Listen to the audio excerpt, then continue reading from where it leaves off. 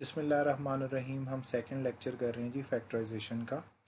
पहले 5 question exercise 4.1 के last lecture में कर चुके हैं। आज हम क्वेश्चन नंबर 6 से स्टार्ट करेंगे।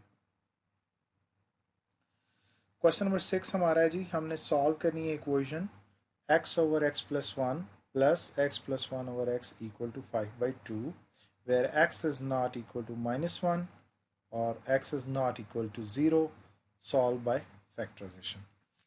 जो साथ एक एक्स्ट्रा कंडीशन दी हुई है x is not equal to -1, 0, ये इसलिए दी हुई है ताकि डिनोमिनेटर के अंदर ज़ीरो ना बने। अगर x की जगह -1 डाल देते हैं तो -1 + 1 ज़ीरो हो जाएगा, और जब भी किसी फ्रैक्शन के डिनोमिनेटर के अंदर ज़ीरो आ जाए तो वहाँ पे सिंगुलैरिटी अराइज हो जाती है। इन अदर वर्ड्स आपके पास इन्फिनिटी आ जाता है। इसी तरह जब x की वैल्यू ज़ीरो रखी जाएगी तो ये वाला जो आपके पास फ्रैक्शन है ये इन्फिनिटी बन जाएगा। तो इसलिए साथ उन्होंने क्वेश्चन में मेंशन किया हुआ है कि x की वैल्यू किसी भी सूरत में -1 और 0 नहीं हो सकती। चलते हैं क्वेश्चन के सोल्यूशन की तरफ। देखिए हमारे पास क्वेश्चन है जी x over x plus 1 plus x plus 1 over x equal to 5/2। तो इस क्वेश्चन को कैसे सॉल्व करना है जी? सबसे पहले मैंने इसका डिनोमिनेटर ख़त्म करना है। डिनोमिनेटर ख़त्म करने के लिए हमें क्या करना पड़ेगा? हमें इन तीनों टर्म्स का जो है एलसीएम लेना पड़ेगा। तो अगर इन तीनों टर्म्स का एलसीएम लें तो वो आता है 2x इंटू एक्स प्लस 1। तो मैं पूरे की पूरी इक्वेशन को 2x इंटू एक्स प्लस 1 से मल्टीप्लाई कर देता हूँ। जब पहला factor 2x into x plus 1 से मल्टीप्लाई होगा तो ये x प्लस 1 इस x प्लस 1 से कैंसिल हो जाएगा। सिमिलरली ये x जो है वो इससे कैंसिल हो जाएगा, और हमारे पास यहाँ पे बनेगा 2x into x 2x square, और यहाँ पे हमारे पास आएगा 2x plus 1 into x plus 1। यहाँ पे ये 2 जो है इस 2 से कैंसिल होगा तो हमारे पास रह जाएगा 5x इंटू एक्स प्लस 1। इसको थोड़ा सा सिंप्लीफाई कर लें। आगे हमारे पास सिंप्लीफिकेशन हुई है। हमने x प्लस 1 को x प्लस 1 से मल्टीप्लाई किया है और फिर 2 को अंदर मल्टीप्लाई कर दिए, तो हमारे पास ये बन गया 2x square plus 4x plus 2। 2x square plus 2x square 4x square हो गया, 4x एज इट इज़ और ये 2 एज इट इज़। इधर 5x square as it is और यहाँ से 5x एज इट इज़। तो अब ये सारी टर्म्स जो हैं, ये जितनी भी टर्म्स हैं, इनको उठा के मैं दूसरी साइड पे ले आता हूँ। तो 5x square as it is, जब ये 4x स्क्वायर उधर जाएगा तो -4x स्क्वायर बन जाएगा। ये 5x एज इट इज़, जब ये 4x दूसरी साइड पे गया तो -4x आ गया, और जब ये +2 उधर गया तो -2 आ गया, और इस साइड भी क्या रह गया आपके पास 0। हमने उनको साइड चेंज करके इस तरह लिख लिया। मज़ीद इसको सिंप्लीफाई करते हैं जी। 5x square minus 4x square क्या रहेगा आपके पास? x square, 5x minus 4x x, और ये -2 इक्वल टू 0। अब यहाँ पे हमने करनी है फैक्टराइजेशन। तो यहाँ पे x स्क्वायर के साथ 1 है और ये -2 है, तो हमने इस x को ऐसे ब्रेक करना है कि इसकी जो दो टर्म्स हैं उनका प्रोडक्ट आपके पास -2x स्क्वायर है। तो मैं इस x को ब्रेक कर लेता हूँ -x प्लस 2x की फॉर्म में। यहाँ से आपने x कॉमन लेना है, पीछे रह जाएगा x minus 1।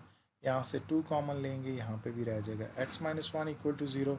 Now x minus 1 इन दोनों में कॉमन है, बाहर निकलेगा, इधर रह जाएगा x और यहाँ पे रह जाएगा +2 इक्वल टू 0।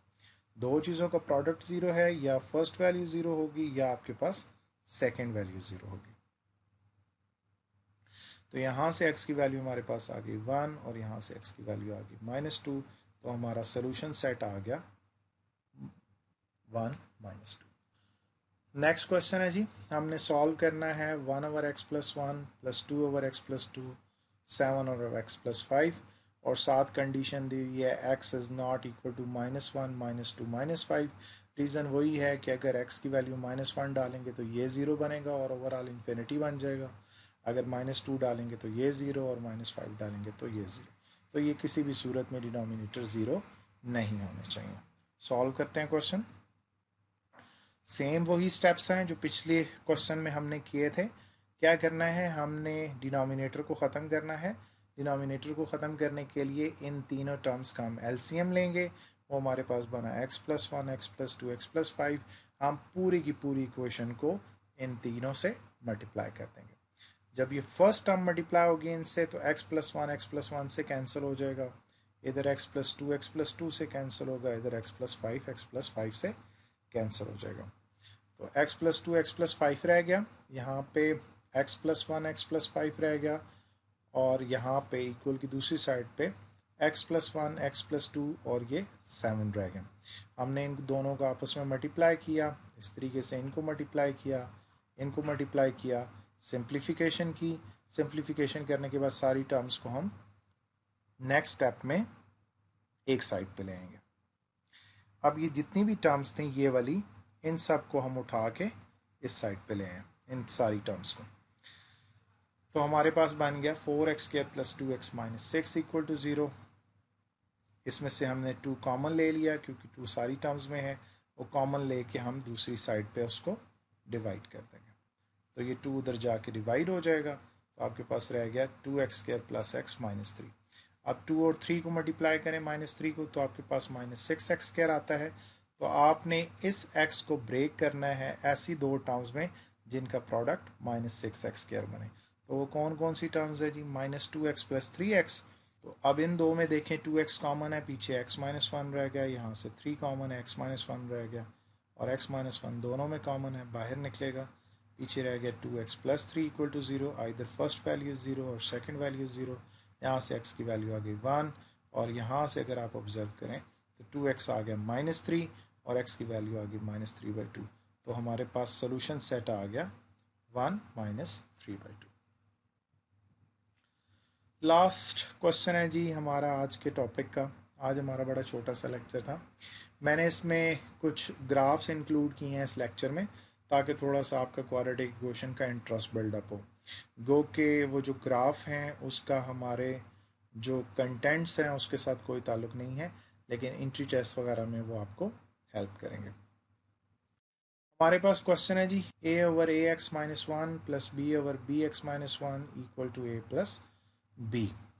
साथ कंडीशन दी हुई है x is not equal to 1/a 1/b। अगर x की जगह यहाँ पे मैं 1/a डाल देता हूँ तो a से कैंसिल होके 1 रह जाएगा और 1 - 1 0 हो जाएगा। तो डिनोमिनेटर में किसी भी सूरत में 0 नहीं होना चाहिए। इसी तरह अगर यहाँ पे 1/b डाल देता हूँ तो ये भी आपका फैक्टर 0 हो जाएगा। तो उस डिनोमिनेटर को 0 होने से बचाने के लिए करके साथ कंडीशन दी हुई है कि ये किसी भी सूरत 1/a 1/b की इक्वल नहीं होने चाहिए। थोड़ा सा टेक्निकल क्वेश्चन है जी, इसमें कुछ स्टेप्स आपको याद रखने पड़ेंगे। हमने फैक्टराइजेशन के ज़रिए इसको सॉल्व करना है। तो सबसे पहला स्टेप क्या है कि हमने इन दोनों टर्म्स को उठा के इधर लेके आना है। अब ज्वाइन कैसे करनी है टर्म्स, लॉजिक में मैं बताऊंगा कि ऐसे क्यों ज्वाइन करनी है, लेकिन एक स्टेप यहाँ पे आपने याद रखना है कि इस a वाली टर्म के साथ इस b को जोड़ना है और इस b वाली टर्म के साथ इस a को जोड़ना है। क्यों जोड़ना है वो आगे जाके आपको पता लगेगा। तो ये बनेगा a/ax-1 minus b plus b/bx-1 minus a। अब इन दो टर्म्स का आप एलसीएम लें, इसके नीचे 1 है तो इनका एलसीएम आ गया ax-1। ये जो a है ये एज इट इज़ आ गया, ये b जो है वो इससे मल्टीप्लाई हो गया b इंटू ax-1। सिमिलरली इस टर्म के नीचे 1 है तो इन दोनों का एलसीएम क्या आ गया bx-1। ये b एज इट इज़ आ गया और ये a जो है वो bx-1 से मल्टीप्लाई हो गया। इसको मज़ीद हम सिंप्लीफाई करते हैं, a as it is minus b अंदर मल्टीप्लाई हुआ minus abx minus minus plus b, ये b as it is minus abx plus a equal to 0। Now हमने ऐसे क्यों टर्म्स कंबाइन की थी, a वाली के साथ b और इधर b वाले के साथ a, ताकि आपका ये फैक्टर दोनों के अंदर कॉमन आ जाए। अगर आप ऑब्जर्व करें तो ये दोनों में कॉमन है। हमने इसको थोड़ा सा री अरेंज करके लिख लिया है। इसको लिख लिया a plus B minus A B X, इसको भी मैं लिख सकता हूँ a plus B minus A B X. तो ये दोनों में कॉमन है, ये बाहर निकल जाएगा। यहाँ पे क्या रह जाएगा 1/ax-1, यहाँ पे क्या रह जाएगा 1/bx-1 इक्वल टू 0। तो ये इसकी हो गई जनाब फैक्टराइजेशन, ये इसके फैक्टर्स बन गए, प्रोडक्ट फॉर्म में आ गई चीज़ें। तो आइदर फर्स्ट वैल्यू 0 और सेकंड वैल्यू 0। अब यहाँ पे मिड टर्म ब्रेकिंग नहीं हो रही। मैंने आपको लास्ट लेक्चर में बताया था कि फैक्टराइजेशन का मतलब मिड टर्म ब्रेकिंग नहीं है, वो सारी डिटेल्स मैंने आपको बताई थी। अगर आपको उसमें कोई इशू है तो आप उस लेक्चर को दोबारा देख सकते हैं। हम इसको मज़ीद थोड़ा सा सिंप्लीफाई कर लेते हैं इस वाले फैक्टर को जी। इसका एलसीएम ले लिया ax-1 bx-1, तो ये 1 bx-1 से मल्टीप्लाई हो गया और ये 1 ax-1 से मल्टीप्लाई हो गया। अब थोड़ा सा मज़ीद सिंप्लीफाई कर लेते हैं। ये ax plus b x as it is आ गया और ये -1 और ये -1, ये दोनों मिलके -2 हमारे पास बन गया। और ये जो डिनोमिनेटर था इसको हमने ऊपर मल्टीप्लाई कर दिया ज़ीरो के साथ। तो ज़ीरो के साथ जब भी कोई चीज़ मल्टीप्लाई होगी तो रिजल्ट ज़ीरो आ जाएगा। नाउ ये दो फैक्टर्स हैं आपके पास, इनका प्रोडक्ट ज़ीरो है, either first value zero either second value zero. तो a plus B minus A B X equal to zero होगा।